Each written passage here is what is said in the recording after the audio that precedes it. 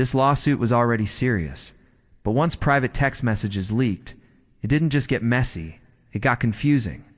And in celebrity scandals, confusion is often the most dangerous part of all, because suddenly, this wasn't just about accusations, it was about perception, and about whether the evidence people think matters actually does.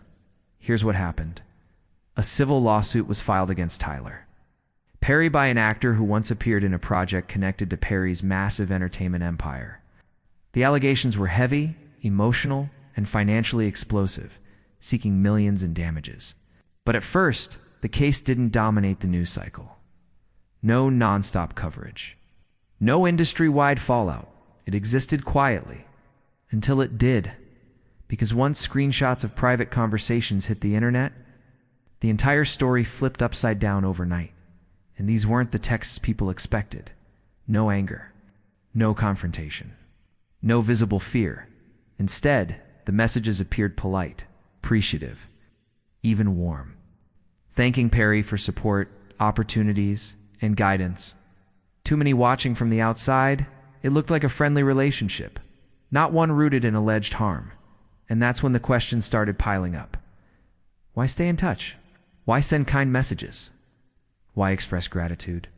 For critics of the lawsuit, the answer felt obvious. They argued the texts contradicted everything, that the case suddenly looked opportunistic, that it didn't pass the common sense test. But common sense doesn't always explain. It's complicated human behavior, and the accuser knew that. Instead of going silent after the backlash, he responded, and his explanation reframed the entire conversation. He claimed that politeness didn't mean consent, that staying cordial didn't mean nothing happened. According to him, power imbalance changes everything. When one person controls access, opportunity, or influence, confrontation becomes risky. Staying friendly can become a shield, a way to survive, a way to keep doors from slamming shut. That argument instantly divided the audience. Some viewers nodded in understanding. Others rejected it completely, and right in the middle of that chaos, Tyler Perry's legal team stepped forward. Aggressively, they denied every allegation, flatly, completely. They labeled the lawsuit a money-driven attempt and pointed directly to the leaked texts as proof that there was no coercion, no misconduct, no inappropriate behavior at all, to them. The messages weren't complicated, they were normal, friendly, human. And that's what makes this case so volatile, because both sides are using the same evidence to argue opposite realities. And it doesn't stop there. This lawsuit didn't appear in isolation.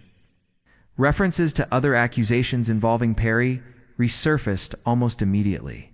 Similar themes, similar dynamics, similar questions about power and access. Even the involvement of the same attorney became a talking point online. Supporters of Perry say that's not a pattern, it's a strategy. Critics argue patterns don't form by accident, and social media, as always, turned into a courtroom with no rules. Some fans defended Perry with intensity, pointing to his decades-long reputation, his faith-driven image, and his unmatched success. Others argued that powerful figures often remain untouchable until they aren't. The comments got louder, the takes got harsher, and the story became less about facts and more about belief. That's the real danger here, because in cases like this, texts don't always tell the full story, but they do shape perception.